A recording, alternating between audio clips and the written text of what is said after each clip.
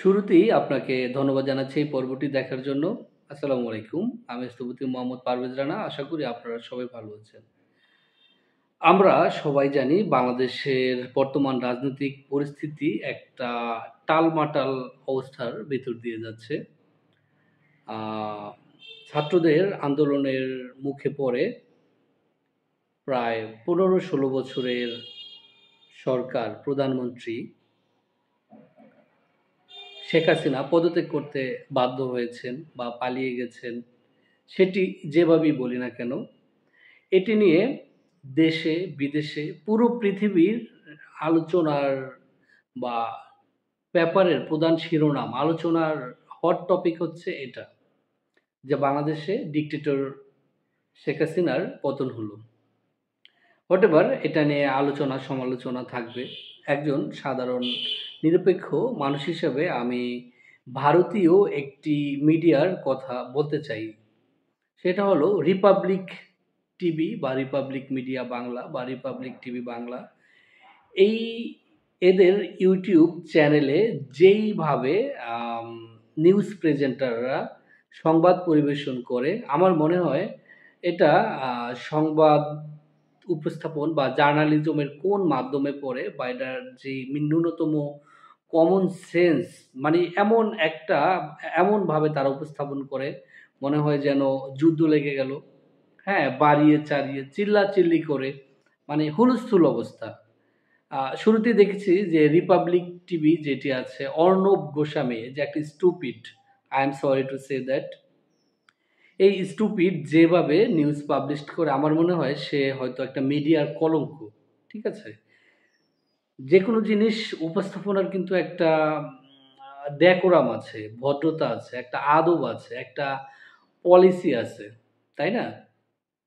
কিন্তু তিনি যেভাবে বা তার চ্যানেল যেভাবে তার রিপাবলিক টিভি বাংলায় অর্ণব গোস্বামী আমি প্রোগ্রাম করতে দেখিনি।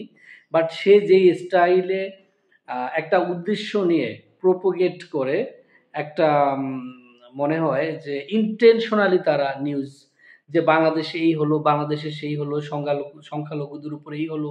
মানে তারা বুঝাতে চাচ্ছে যে বাংলাদেশে, সারা বাংলাদেশ জুড়ে এই মুহূর্তে একেবারে আগুন চলতেছে। দেশের মানুষ অস্থির, চোর ডাকাত এসে একেবারে আমাদের সব নিয়ে গেল।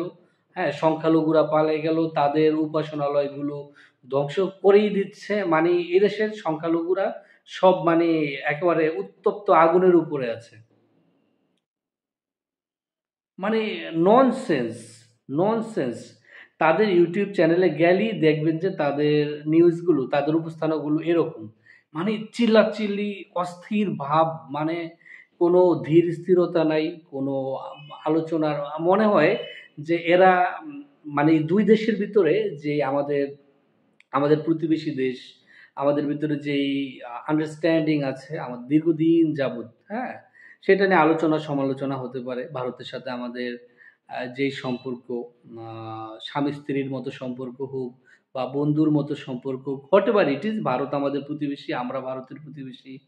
আমরা আ দেশের সাধারণ মানুষ হিসেবে আমরা চাই ২ দেশের ক্রাইসিস মোমেন্ট এ আ শান্ত থেকে রাজনৈতিক সিচুয়েশন অবজার্ভ করে কিভাবে আমরা আগামীতে সুন্দরভাবে দুটো দেশ সামনের দিকে এগিয়ে যেতে পারি। আমাদের যারা নীতি নির্ধারক আছেন, ভারতের যারা কূটনীতিবিদ আছেন, তারা কিভাবে সুন্দরভাবে ২ দেশের সম্পর্ককে সামনে এগিয়ে নিয়ে যেতে পারে, সেটি নিয়ে আলোচনা হবে। বাট রিপাবলিক টিভি এমনভাবে নিউজ উপস্থাপন করে, মনে হয় ২ দেশের ভিতরে এখনই যুদ্ধ লেগে গেল বা যুদ্ধ করা উচিত। এরকম একটা সিচুয়েশন তারা সামগ্রিকভাবে আ তুলে ধরতে চায়।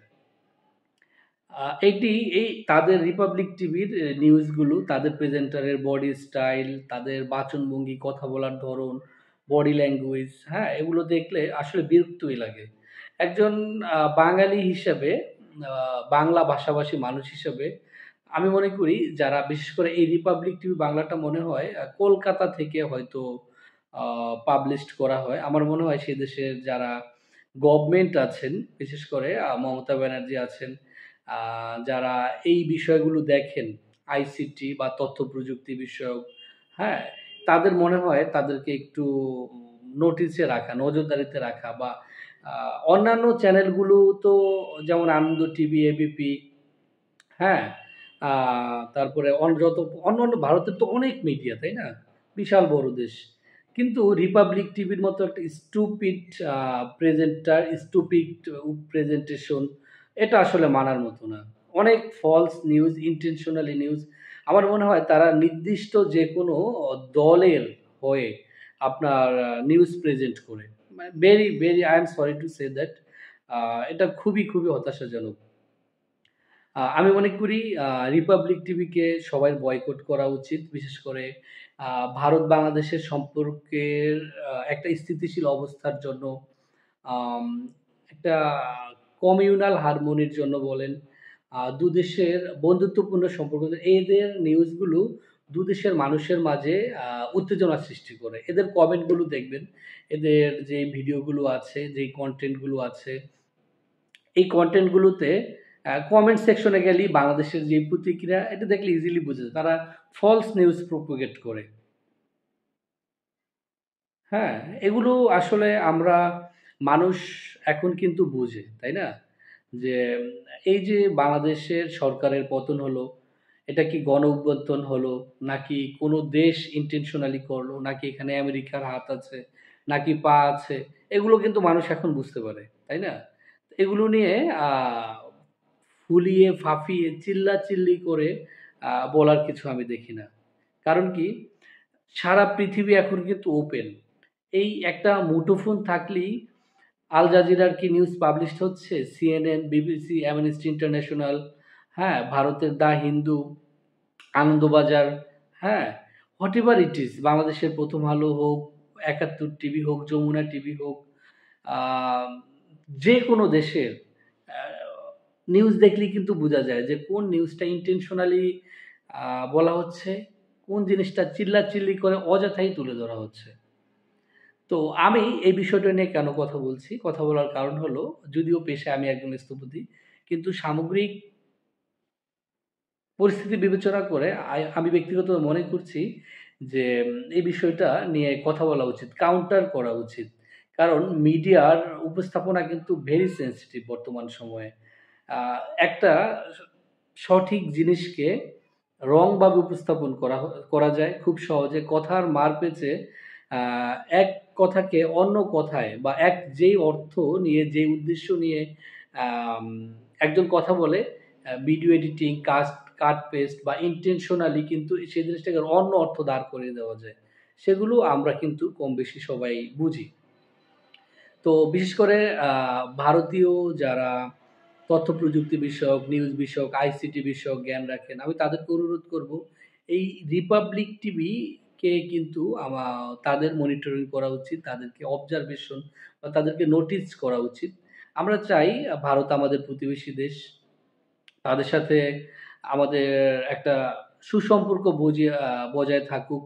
এমন কিছু না হোক দুদেশের মাঝে, এমন কোনো মিসইনফরমেশন বা এমন কোনো তথ্য না ছড়াক যেটা ২ দেশের মাঝে উত্তেজনা ছড়ায়।